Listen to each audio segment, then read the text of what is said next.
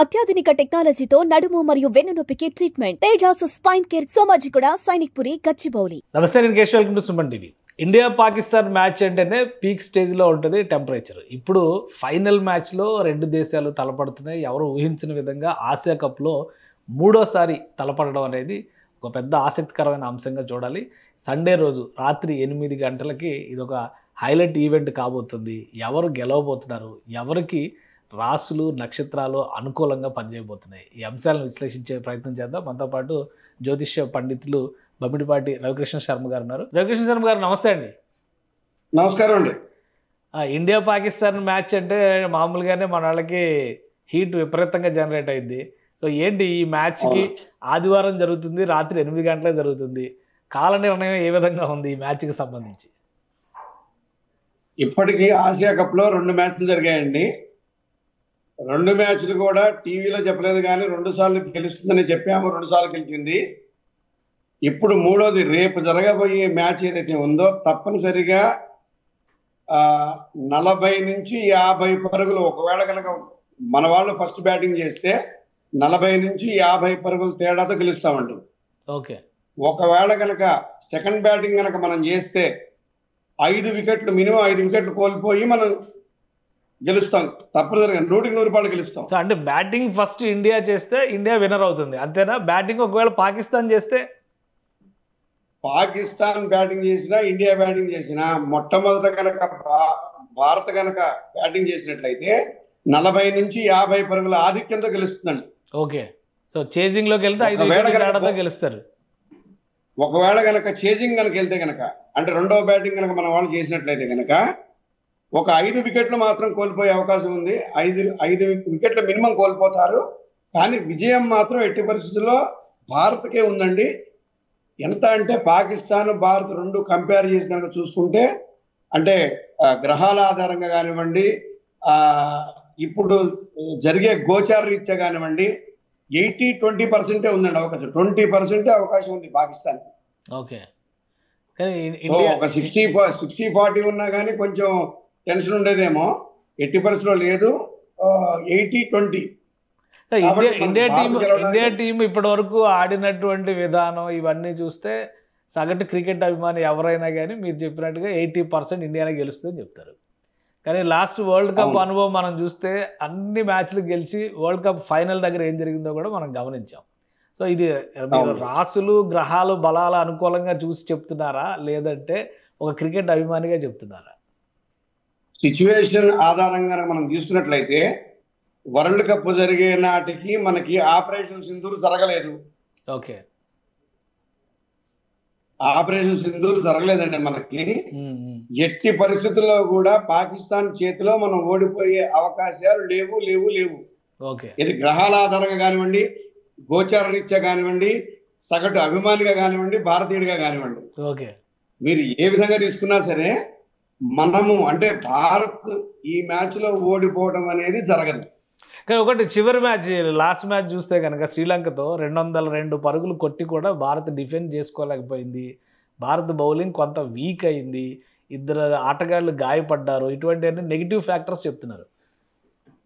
మనకి పూర్వకాలం నుంచి కూడా గత 20-25 సంవత్సరాల నుంచి కనుక మనం తీసుకున్నట్లయితే పాకిస్తాన్ ఇండియా మ్యాచ్ జరిగేటప్పుడు ఎప్పుడైనా మీరు గుర్తుపెట్టుకోండి, మనం ఎఫెన్స్ తో ఆడతామండి, వాళ్ళు డిఫెన్స్ తో ఆడతారు. ఎప్పుడు కూడా మీరు గమనించండి, వీఆర్ ఆల్వేస్ ఇన్ ఎఫెన్స్ అండి. మనం ఎప్పుడు ఎఫెన్స్ తో ఉంటాం. అంటే దాని మీద పట్టుబట్టగలుగుతాము అనేటువంటి పూర్తి ధైర్యంతో ఉంటాం మనం. వాళ్ళు ఎప్పుడు ఇండియాతో ఆడినా కానీ 1-2 సందర్భాల్లో గెలిచిన సందర్భాలు ఉన్నా సరే వాళ్ళు ఎప్పుడు డిఫెన్స్ తోనే ఆడతారండి. ఇవాళ శ్రీలంకకి ఇండియాకి మ్యాచ్ జరిగితే ఆ ఉత్కంఠ ఎప్పుడు ఉండదు. సాధారణంగా 2 జట్లు ఆడే పరిస్థితి ఉంటుంది తప్ప ఏదో ఒక 2 దేశాలు ఏదో యుద్ధం చేస్తున్నంత పరిస్థితి ఎక్కడ కనపడదు మనకి. కానీ కేవలం నా చిన్నతనం నుంచి చూస్తున్నాను, దాదాపు 30 సంవత్సరాల నుంచి నేను క్రికెట్ చూస్తున్నాను.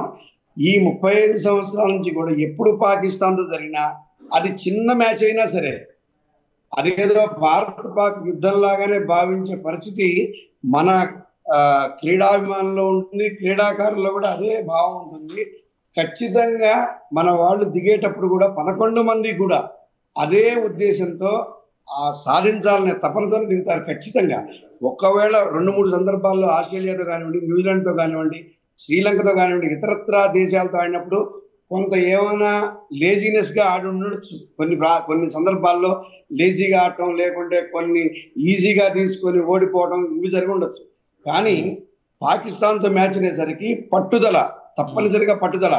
అదేదో టీం ఓడిపోతుంది కాదు, భారతదేశం ఏదో ఓడిపోతుంది అన్న ఫీలింగ్తో ఆడతారు మన వాళ్ళు. అలాగే మనకున్న దైవశక్తి వాళ్ళకి లేదండి. మనకున్న దైవ బలం కానీ, గోచార బలం కానివ్వండి, గ్రహ బలం కానీ, నాట్ ఓన్లీ పాకిస్తాన్ అండి, ప్రపంచ దేశాల్లో ఏ దేశానికి మనకున్న దైవశక్తి లేదు. అందున దసరా నవరాత్రుల్లో జరిగేటటువంటి మ్యాచ్లు ఒక పక్క అమ్మవారి దీవెనలు ఉన్నాయి మనకి. ఖచ్చితంగా ఇవి నేను కూడా దీక్షలో ఉండి చెప్తున్నా, 100కి 100 రూపాయలు పాకిస్తాన్ ఓటమి ఖాయం, భారత్ తప్పనిసరిగా గెలిచి తీరుతుంది. ఓకే, అంటే ఈ మ్యాచ్లో మీ అంచనాల ప్రకారం ఏ ప్లేయర్కి అనుకూలత బాగా ఉంది, ఎవరు హై స్కోరర్ అయ్యేటువంటి అవకాశం ఉంటుంది? మీకు అంటే ఓపెనర్స్ విషయం తీసుకుంటే కనీసం 80 రన్స్ పార్ట్నర్షిప్ తర్వాతనే అవుట్ అవుతారండి నాకు తెలిసి. ఓకే ఓకే, ఎందుకంటే గత మ్యాచ్ దృష్టిలో పెట్టుకోను నేను అలా చెప్పట్లేదు. అభిషేక్ శర్మ కానివ్వండి, గిల్ కానివ్వండి, ఇద్దరి గోచార రీత్యా గీ అనే అక్షరం కానివ్వండి, అభిషేక్ షో తీసుకుంటే 80 రన్ల పార్ట్నర్షిప్ మినిమం చేయడానికి అవకాశం ఎక్కువగా ఉంది. 80 రన్స్ పార్ట్నర్షిప్ తర్వాత అవుట్ అవుతారు. ఒకవేళ కాలం కలిసి రాక ఇద్దరిలో ఒకళ్ళు ఎవరైనా అవుట్ అయితే గనక, తొందరగా అవుట్ అయినట్టయితే ఖచ్చితంగా సూర్యకుమార్ యాదవ్ స్కై ఈసారి తప్పనిసరిగా మంచి స్కోర్ చేయడానికి అవకాశం ఉంది. ఓకే, మీ లెక్క ప్రకారం బౌలర్ల విషయంలో స్పిన్నర్లకి 3 వికెట్లు పడతాయి. ఓకే ఓకే, బౌలర్స్ గా ఎవరికి కలిసి వస్తుంది అంటే బౌలర్స్ కి తప్పనిసరిగా ఏమండి బౌలర్స్ లో ఎవరికి కలిసి వస్తుంది? కుల్దీప్ ఎక్కువగా కలిసి రావడానికి అవకాశం ఉందండి. అవకాశం ఉంది. ఓకే, సో ఇప్పుడు టాస్ ఎవరు గెలుస్తారు ఇది కూడా ఇంపార్టెంట్ కదా. టాస్ గెలిచిన వాళ్ళకే మ్యాచ్ టర్న్ అయ్యే అవకాశం ఉంటుంది అంటారు. ఇండియాకి అనుకూలంగా ఉందా టాస్ గెలవడం అనేది, పాకిస్తాన్కి అనుకూలంగా ఉందా? 100% అంటే ఈ విషయం టాస్ ఒక్కటి చెప్పలేము.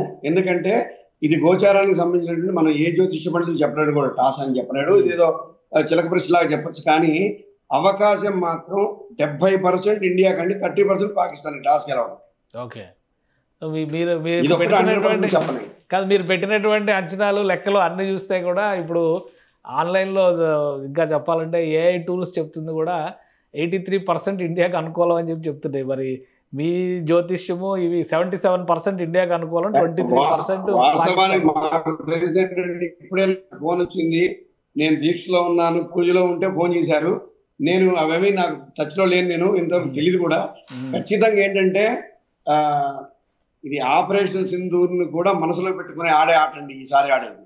ఓకే ఓకే, సో ఇది లాక్ చేసేయమంటారు అయితే?